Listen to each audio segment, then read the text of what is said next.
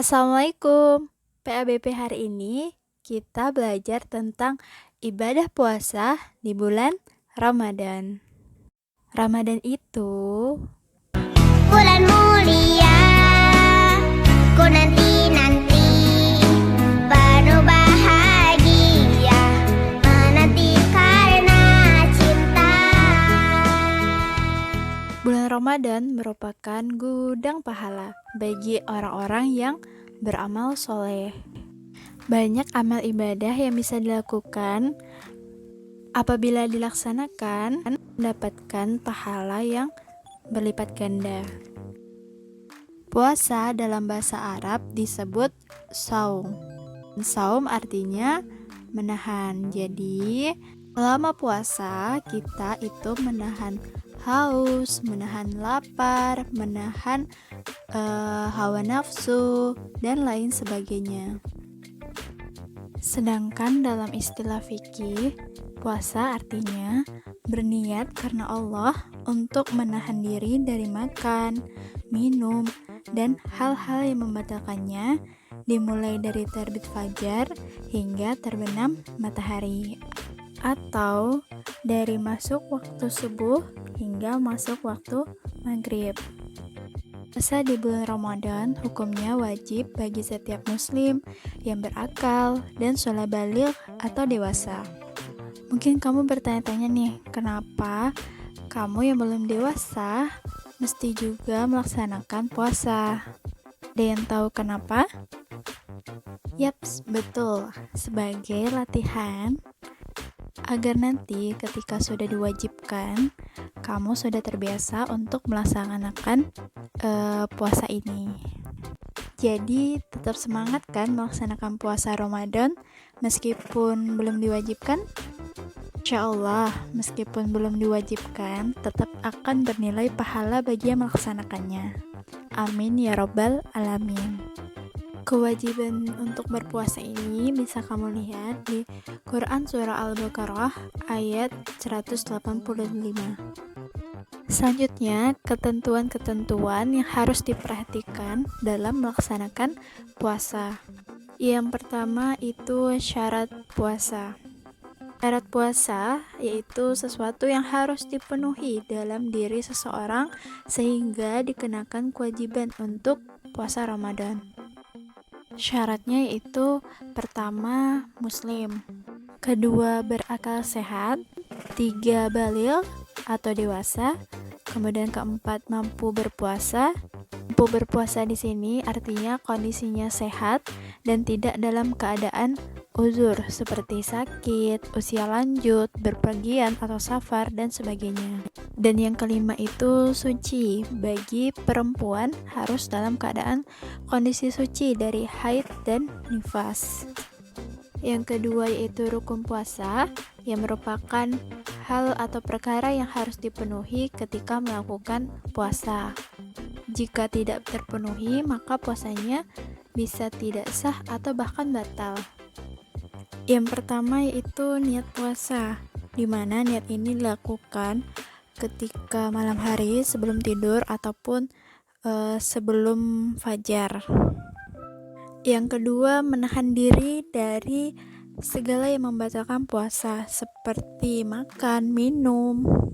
Yang ketiga, waktu berpuasa itu sendiri dilakukan di siang hari, dimulai dari terbitnya fajar hingga terbenamnya matahari. 3. Sunnah puasa. Apabila dikerjakan akan mendapatkan pahala, jika tidak akan menimbulkan dosa atau puasanya tetap sah. Yang pertama itu makan sahur. Jadi ketika tidak melaksanakan sahur, kamu tetap bisa melaksanakan puasa. Yang kedua, menyegerakan berbuka apabila sudah masuk waktu maghrib. Jadi ketika azan berkumandang, itu disegerakan untuk berbuka. Yang ketiga, berdoa saat berbuka. Kemudian yang keempat, berbuka dengan makan kurma atau minum air putih. Jadi ketika azan berkumandang, yang diambil pertama itu kurma atau air putih, bukan ayam goreng. 4. Makruh puasa.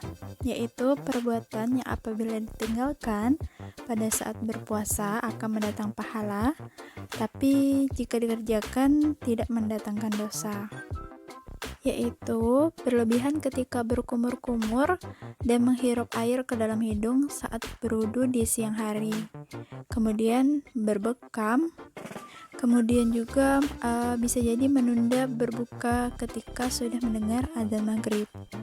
Yang kelima, hal yang membatalkan puasa. Tentunya makan dan minum dengan sengaja. Kemudian muntah juga dengan sengaja. Ini juga dapat membatalkan puasa. Murtad atau keluar dari agama Islam, keluar darah haid dan nifas bagi perempuan, hilang akal atau gila, terakhir memasukkan infus ke dalam tubuh karena difungsikan sebagai pengganti makanan. Nah, itu juga akan membatalkan puasa kita.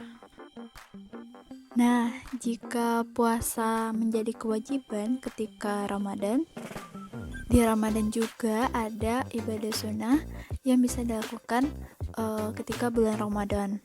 Yang pertama itu yaitu tarawih. Tarawih yang artinya sholat malam yang hanya dilakukan ketika bulan Ramadan. Maka sayang ya jika selama bulan Ramadan kita melewatkan sholat tarawih. Yang kedua itu ada tadarus Al-Quran. Tadarus Al-Quran artinya membaca Al-Quran. Pada bulan Ramadan ini sangat dianjurkan untuk membaca Al-Quran, karena pada bulan Ramadan lah Al-Quran diturunkan. Dan juga memperbanyak tadarus Al-Quran pada bulan Ramadan merupakan latihan agar bulan-bulan lainnya kita akan terbiasa membaca Al-Quran. Selain mendapatkan pahala ketika melaksanakan ibadah puasa, kita juga akan mendapatkan hikmah yang luar biasa jika kita melaksanakan ibadah puasa Ramadan ini. Pertama, puasa dapat melatih kesabaran. Nah, jika kita melaksanakan puasa dengan benar sesuai dengan tuntunan agama, insya Allah kita akan menjadi orang yang sabar, yaitu mampu menjalani 3 hal. Yang pertama, sabar dalam menjalankan perintah Allah. Yang kedua, sabar dalam menjauhi larangannya. Ketiga, sabar dalam menghadapi cobaan yang Allah berikan. Selanjutnya, lewat puasa, kita dapat melatih pengendalian diri kita. Selain mengendalikan diri dari keinginan minum atau makan, karena ia akan membatalkan puasa, juga dapat mengendalikan diri dari godaan-godaan nafsu lain, misalnya membicarakan kekurangan orang lain atau biasa dibilang ghibah, mengadu domba, dan sebagainya.